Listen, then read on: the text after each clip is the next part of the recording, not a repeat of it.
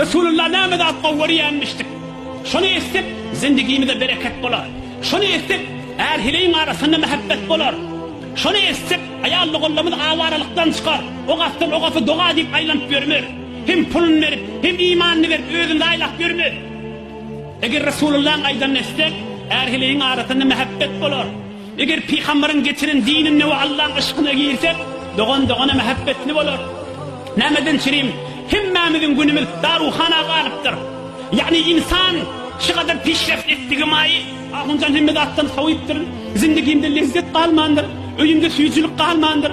Näme dip ýaşap bireligim bilemek, nämeňsine bol ýaşlapda. Hudaý üçin ýaşaýyş ýok. Allah ýadyna düşenek, Hudaý üçin men muhabbet etmeli ýadyna düşenek, Resulullah'dan ýadyna düşenek. O ham zor bilen bereket tapjak bolýar. Hudaý da zor bilen bereket bermeýär. Hudaý hemme zordan zor ahir. Onu içkile kanaat bolan ağa.